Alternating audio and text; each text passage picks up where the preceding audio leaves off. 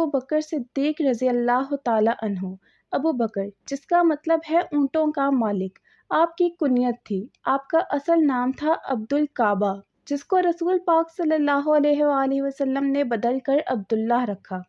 آپ کے والد، جو تاریخ میں ابو قحافہ کے نام سے مشہور ہیں، کا اصل نام تھا عثمان۔ آپ قبیلہ قریش سے تعلق رکھتے تھے۔ آپ کا پورا نام تھا عبداللہ بن عثمان بن عامر القرشی، اور آپ کی کنیت ابو بکر بن ابی قحافہ التمیمی ہے۔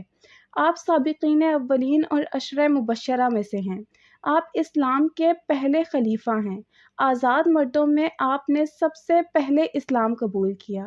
آپ رسول پاک صلی اللہ علیہ وآلہ وسلم کے اس دنیا میں تشریف لانے کے 2.5 سال بعد پیدا ہوئے، اور اسلام کے پہلے خلیفہ کی حیثیت سے 2 سال اور 3 ماہ حکومت کی۔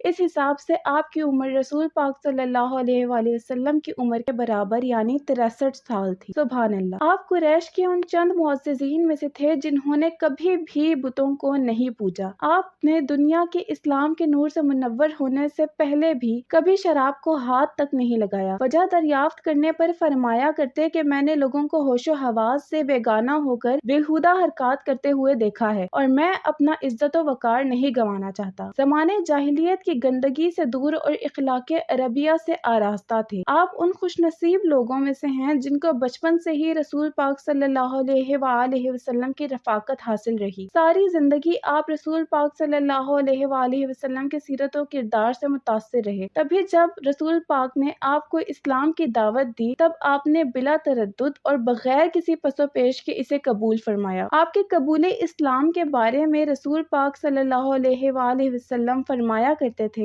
میں نے جس کو بھی اسلام کی دعوت دی، اس نے پس و پیش کیا اور کچھ نہ کچھ غور و فکر کیا، لیکن جب ابو بکر کے سامنے اسلام کی دعوت پیش کی تو انہوں نے بلا تردد اور بلا توقف اسلام قبول کر لیا۔ بڑے بڑے جلیل القدر صحابہ کرام نے آپ کی کوششوں سے اسلام قبول کیا، جن میں عشرہ مبشرہ کے بھی بہت سے نام شامل ہیں۔ جب حضرت ابو بکر صدیق رضی اللہ تعالی عنہ نے نیا دین اسلام قبول کر لیا تو قریش کے چند سردار دار الندوہ میں جمع ہوئے۔ انہوں نے آستینیں چڑھا لیں اور حضرت صدیق اکبر رضی اللہ تعالی عنہ کے بارے میں باہم مشورہ کرنے لگے۔ انہوں نے کہا کہ ایک آدمی کو مقرر کیا جائے جو ان کو پکڑ کر لائے اور ان کو اپنے معبودوں کی طرف دعوت دے۔ چنانچہ انہوں نے طلحہ بن عبید اللہ کو ان کے پاس بھیجا۔ طلحہ رضی اللہ تعالی عنہ حضرت ابو بکر صدیق کے پاس پہنچے۔ اس وقت صدیق اکبر لوگوں میں بیٹھے ہوئے تھے۔ طلحہ نے بلند آواز سے کہا، اے ابو بکر، میرے ساتھ آؤ۔ حضرت ابو بکر صدیق رضی اللہ تعالی عنہ نے پوچھا، تم مجھے کس کی طرف دعوت دے رہے ہو؟ اس نے کہا، میں آپ کو لات و عزیٰ کی دعوت دیتا ہوں۔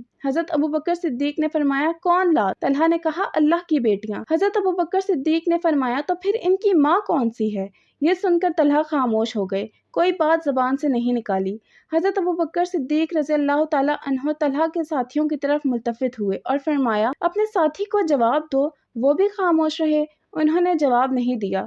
طلحہ اپنے ساتھیوں کی طرف کافی دیر تک دیکھتے رہے کہ وہ خوفناک قسم کی خاموشی میں مستغرق اور منہمک اور سرگرداں ہیں، تو دوبارہ سے کہنے لگے، اے ابو بکر صدیق، اٹھو، میں گواہی دیتا ہوں کہ اللہ کے سوا کوئی معبود نہیں ہے، اور گواہی دیتا ہوں کہ محمد صلی اللہ علیہ وآلہ وسلم اللہ کے رسول ہیں۔ یہ سن کر حضرت ابو بکر صدیق رضی اللہ تعالی عنہ نے ان کا ہاتھ پکڑا اور انہیں رسول پاک صلی اللہ علیہ وآلہ وسلم کے پاس لے گئے۔ جنگ چھڑ گئی، گرد و غبار اٹھا، دہکتے سورج کی روشنی میں تلواریں چمکیں اور لاشیں گرنے لگیں۔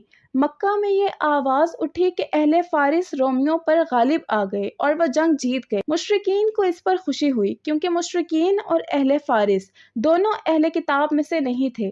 مسلمان یہ چاہتے تھے کہ رومی ان پر غالب آ جائیں، اس لیے کہ مسلمان اور رومی اہل کتاب میں سے تھے۔ جب یہ آیت مبارکہ نازل ہوئی، روم والے مغلوب ہو گئے قریب کی زمین میں، اور وہ مغلوب ہونے کے بعد چند ہی سالوں میں پھر غالب ہوں گے، تو حضرت ابو بکر صدیق رضی اللہ تعالی عنہ مکہ کی گلیوں میں مذکورہ آیات بار بار دہرانے لگے۔ مشرکین نے یہ دیکھ کر کہا، اے ابو بکر، تمہارا صاحب کہتا ہے کہ اہل روم چند سالوں کے اندر اہل فارس پر غالب آنے والے ہیں، کیا یہ سچ ہے؟